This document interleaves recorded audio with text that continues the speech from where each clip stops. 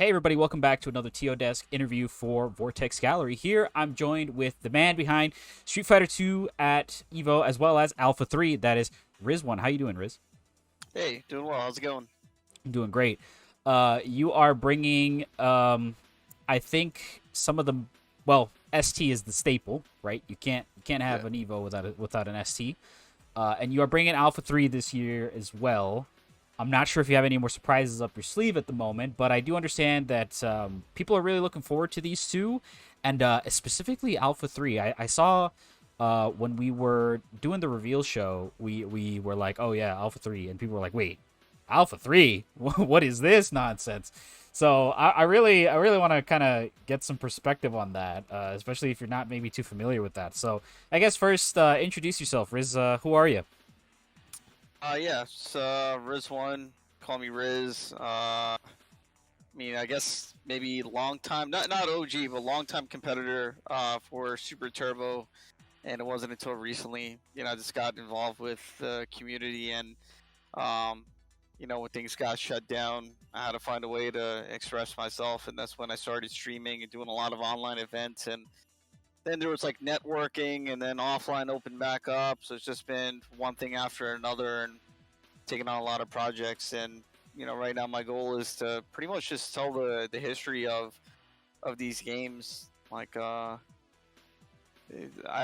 feel it's not being properly documented, and maybe 30, 40, 50 years from now, when we're trying to go back to the source of everything, a lot of this stuff might be gone. And so that's kind of just what I've been focusing on, trying to tell the origin story of the FGC. I really appreciate that. Myself, as somebody who's worked a lot on kind of keep that history out there, keep the originals alive.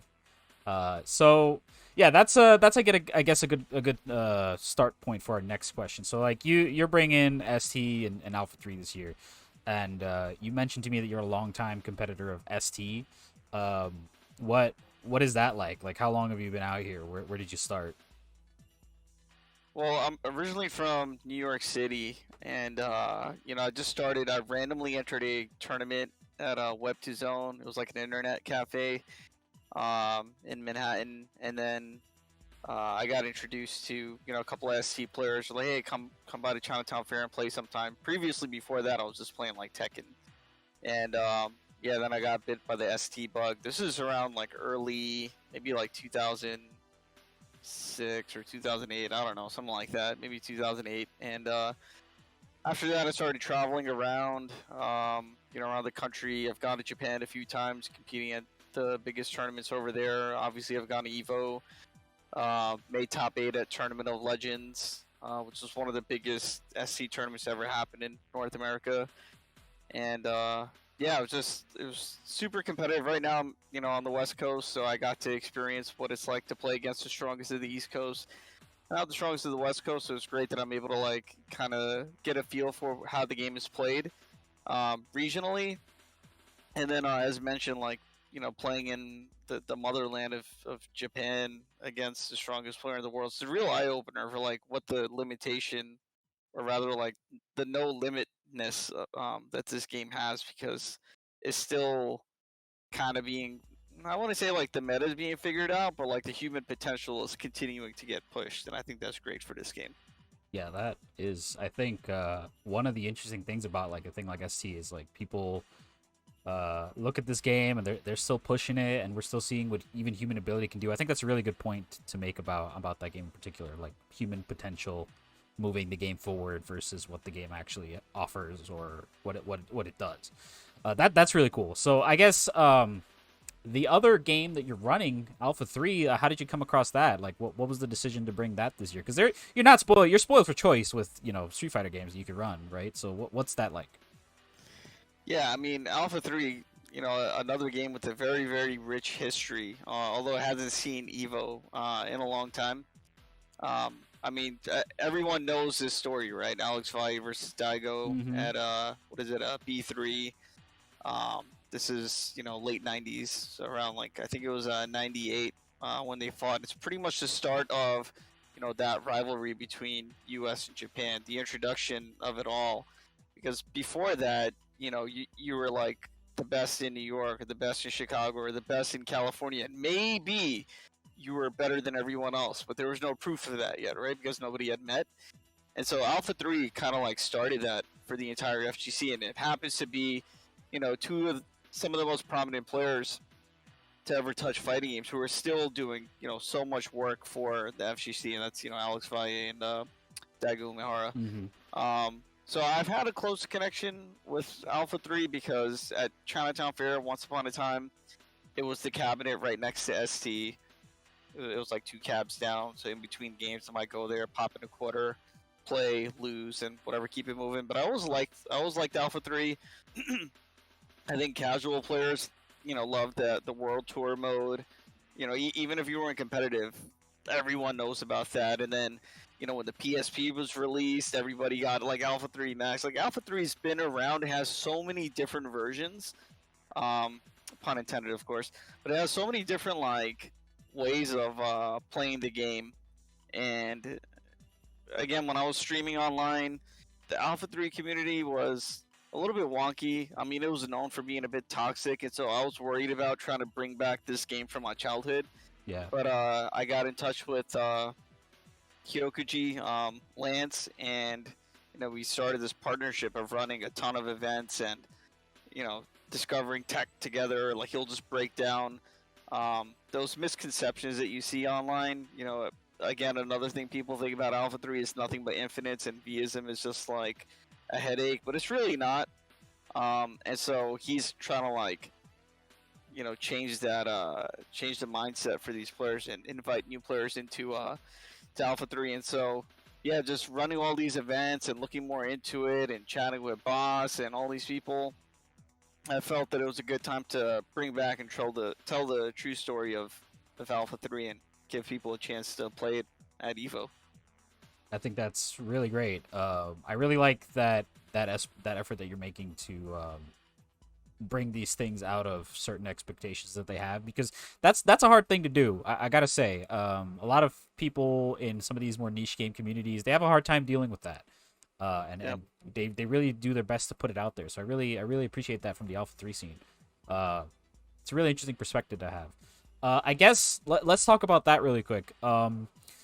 You mentioned that you've met a lot of people from a lot of different scenes, and now there's this encounter of people from different countries and different parts of their country, and so we're at a junction with EVO this year where people are starting to go back to offline events. We've heard a couple of Japanese players are going to come out.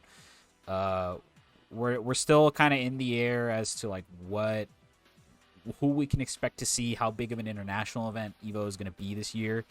And that's going to have a lot of impact on the ST bracket, because there's just a lot of names that are out of Japan, and names from outside of NA that are really strong and really well known. And of course, new blood coming from anywhere could happen at any time. So I guess taking the long view for you, like, what do you think the competition is going to be like this year? What are you kind of looking at right now? Well, in terms of Alpha 3, the Japanese scene has always been the most dominant. Although there's like a pretty strong Euro scene, and Kyokuji, as I mentioned, he's in Canada, but definitely like, a contender at any point. He's won he's won basically every tournament but one, I think, that we've hosted online. Like, he's on that level. Mm-hmm. As far as ST goes, globally, it has a very strong player base. So, like, we can hold our own. Like, American players can hold their own. There are very strong European players, specifically from France, that are very good at ST. You have players down in Mexico. And so, yeah, ST is a pretty even playing field. I mean, Japanese players will have the edge, and historically they've won. But, I mean, if you do take a look at, like, EVO results in general, there's been Afrocole winning ST. There's been John Choi winning ST.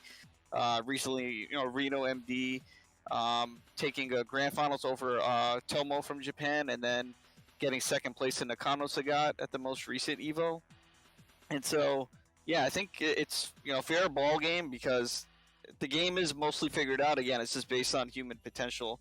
Alpha 3, on the other hand, it's going to be tough to beat Ver, because he's showed some interest in coming to Evo, Yeah. and he's dominating even back home where they're playing every week and doing these huge tournaments. Ver is still winning all of those, and the last time we had Japanese players come to the U.S. was at maybe it was SCR 2018 or 2017, where there were several Japanese players, and Ver ended up taking that one as well. So Okay. yeah, it's kind of like the current state of the game. I hear you. I hear you. Okay, that's really interesting. I think in general people have kind of been wanting these retro Capcom Street Fighter. I was saying this as well with Marvel. Like people have been wanting these kind of big showings, and we really have the opportunity to do that. I think this year, put on a really big show for some of these classic titles, some of these things that are in high demand. So really look forward to that. Appreciate the description. I guess in general, like you mentioned that you've been doing a lot of stuff like online, like you're looking at going into offline, tournament organizing. Is that like a thing that you've been doing for a while? Like, what's Not at that? all. What's that been like for you? I guess. Ah man, so I mean, for those who know me from the time that I was competing, it was just like, let's go to tournaments, let's win, and keep it moving. Like I didn't do a lot of like social stuff. I jokingly say it took a global pandemic for me to get on social media, and that's pretty much what happened.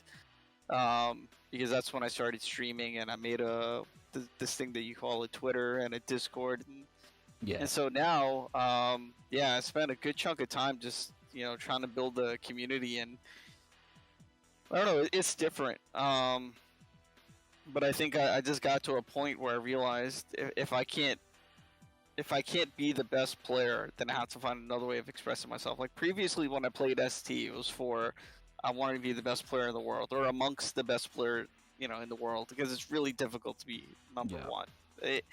Usually in ST or basically any of those kinds of games, the person who won the tournament that month or that season or whatever is like the undisputed best in the moment. That's kind of how it is. You can't consistently always be the best, and so yeah. But I was at a point where I wanted to have that, and once you're locked down, you lose potential for doing that. I figured out how to find another way of doing something for the scene, and I think the biggest thing that I've done is the a podcast. It's called Super Lore Boys, and I'm interviewing players from around the world and talking about how they got into the FGC and why they played. Because ultimately, and this goes for like all the other games that are being run at Evo, all those other side games, those TOs and those communities that are behind it.